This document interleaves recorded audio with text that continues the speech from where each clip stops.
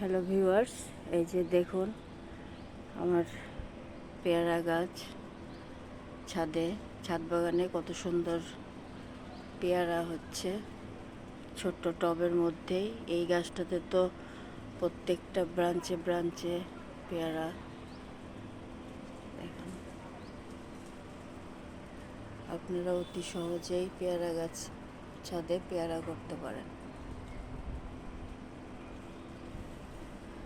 আমি এখানে মাটিতে 50% বাগানের মাটি, 30% গোবর সার, 20% কোকোপিট মিশিয়ে মাটি তৈরি করেছিলাম।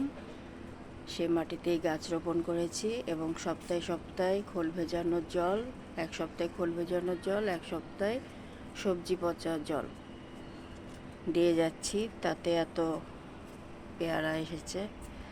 যে আর একটা গাছ আছে আমার, এটাতে কুড়ি এসেছিল, ঝরে গেছে, আবার নতুন ব্রাঞ্চ ছাড়ছে।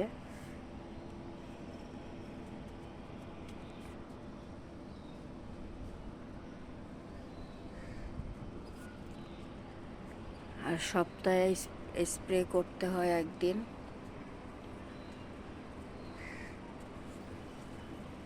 আমি পিঁপড়ে পোকামাকড়ের জন্য হলুদের গুঁড়ো স্প্রে করি। হলুদের গুঁড়ো, শ্যাম্পু একসাথে গুলিয়ে সেই জলটা স্প্রে করে দেই। কোনো গাছে কোনো পোকা নেই। কত সুন্দর! আর কতক্ষণ হবে? হয়ে গেছে তো।